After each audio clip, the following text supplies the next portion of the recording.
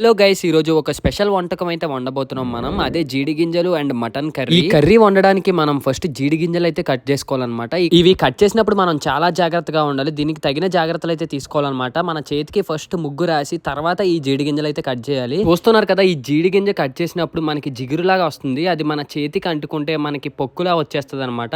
So ఆ జాగ్రత్త కోసం ముగ్గు అయితే రాసుకుంటారు. జీడి గింజని 2 పీసెస్ కింద కట్ చేసి ఆ లోపల ఉన్న పప్పునైతే అయితే సెపరేట్ చేసుకోవాలి. ఫస్ట్ అయితే మన దగ్గర ఉన్న జీడి గింజలు అన్ని నీట్ గా పప్పు అయితే తీసేసుకున్నాం. అలా తీసుకున్న జీడిపప్పు అంతా ఒక ప్లేట్ లో అయితే మనం పెట్టుకున్నాం అనమాట. దాంతో పాటు మటన్ కూడా నీట్ గా వాష్ చేసేసాం. కర్రీ చేయడానికి ఫస్ట్ కడాయిలో ఆయిల్ పోసి తర్వాత ఆనియన్స్ అయితే చిన్న చిన్న పీసెస్ కింద కట్ చేసుకోవాలి, మీడియం పీసెస్.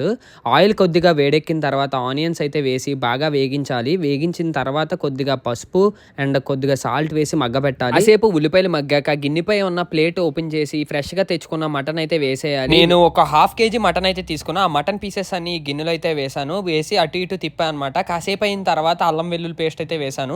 సో ఇదంతా మొత్తం మిక్స్ చేసుకోవాలి మనం, ఫ్లేవర్ అంతా పట్టడానికి. ఆ ఉల్లిపాయల ఫ్లేవర్ అండ్ ఆ అల్లం ఫ్లేవర్. 10 మినిట్స్ అయితే ప్లేట్ పెట్టేయాలి మనం. మటన్ అయితే బాగా కుక్ అవుద్ది. మనకి వాటర్ బబుల్స్ లా వస్తాయి. ఆయిల్ కొద్దిగా పైకి తేలాక ఒక స్పూన్ కారం అండ్ ఒక స్పూన్ సాల్ట్ అయితే వేసాను. మీకు తగిన సాల్ట్ అండ్ కారం అయితే వేసుకోండి. తర్వాత అదైతే బాగా మిక్స్ చేయాలి. ప్రతి పీసెస్ కి పట్టాలి కదా, సో అందుకే బాగా కాసేపు ఒక 5 to 10 మినిట్స్ అయితే బాగా కలుపుకోవాలి. ప్రతి పీస్ కి ఉప్పు కారం బాగా కలిసేలా పెట్టుకుని తర్వాత లిడ్ అయితే క్లోజ్ చేసేసాను. కాసేపు అయిన తర్వాత ఓపెన్ చేశాను. సో తర్వాత మనం ఇందాక కట్ చేసి పెట్టుకున్న జీడి గింజలు అయితే వేసాను అనమాట.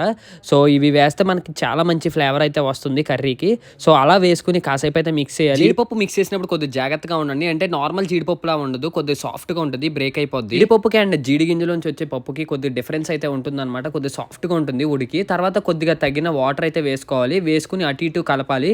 సో ఫ్లేవర్స్ అన్ని మొత్తం పీసెస్ కి పట్టాలి కదా. సో ఇలా కలిపినప్పుడు కూడా చూసుకోండి జీడిపప్పు బ్రేక్ అవ్వకుండా. తర్వాత మసాలా కోసం కొద్దిగా ధనియాలు అండ్ కొద్దిగా గసగసాలు అండ్ 3 యాలకులు అయితే తీసుకున్నాను, 4 యాలకులు అయితే తీసుకున్నాను. తర్వాత 15 లవంగాలు అండ్ జీలకర్ర, తర్వాత దాల్చిన చెక్క 2, ఫైనల్లీ 2 జాజి పువ్వులు వేసేసి మిక్సీ పట్టించండి. మిక్సీ పట్టించేస్తే మనకి ఫైన్ పౌడర్ కింద వస్తుంది. సో మన మటన్ మసాలా అయితే రెడీ అయిపోయింది. మటనే కాదు, ఇంకా చికెన్ లో కూడా వేసుకోవచ్చు మనం ఈ మసాలా. కొద్దిగా పైకి తేలాక లిడ్ ఓపెన్ చేసి మనం ఇందాక రెడీ చేసి పెట్టుకున్న మసాలా పౌడర్ అంతా ఆ కర్రీలో అయితే వేసేయండి. వేసేసి ఇంచుమించుగా ఒక 5 మినిట్స్ అయితే అటు ఇటు కదపండి. మొత్తం ప్రతి పీస్ కి ఆ మసాలా పౌడర్ పట్టాలి. అప్పుడే మనకి తెలుస్తుంది ఫ్లేవర్ అదిని. 5 మినిట్స్ కర్రీ కుక్ అయిన తర్వాత మన జీడి గింజలు అండ్ మటన్ కర్రీ అయితే రెడీ అయిపోతుంది. నెక్స్ట్ ఏ రెసిపీ ట్రై చేయమంటారో కామెంట్ చేయండి. వీడియో నచ్చితే లైక్ చేసి సబ్స్క్రైబ్ చేయండి.